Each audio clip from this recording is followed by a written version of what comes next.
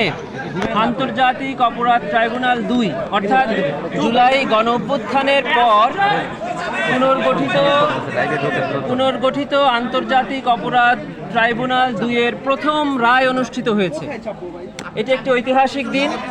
আপনারা জানেন যে জুলাই গণ অভ্যুত্থান চলাকালে যে নৃশংস ঘটনা ৫ই আগস্ট আশুলিয়া এলাকাতে ঘটেছিল, আমরা এর আগেও বলেছি যে এটা পৃথিবীর নৃশংস ঘটনার মধ্যে অন্যতম।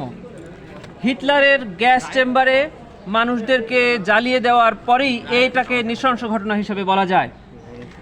আশুলিয়াতে এই ৬ জনকে ৫ই আগস্ট হত্যা করে তাদের লাশ পুড়িয়ে দেওয়া হয় পরিকল্পিতভাবে।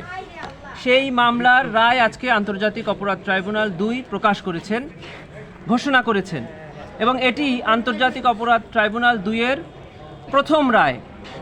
এই রায়ে ৬ জনকে মৃত্যুদণ্ড প্রদান করা হয়েছে এবং ৭ জনকে যাবজ্জীবন কারাদণ্ড প্রদান করা হয়েছে এবং ২ জনকে ৭ বছরের সশ্রম কারাদণ্ড প্রদান করা হয়েছে এবং ১ জনকে, যিনি অ্যাপ্রুভার হয়েছিলেন, তাকে ক্ষমা করে দেওয়া হয়েছে।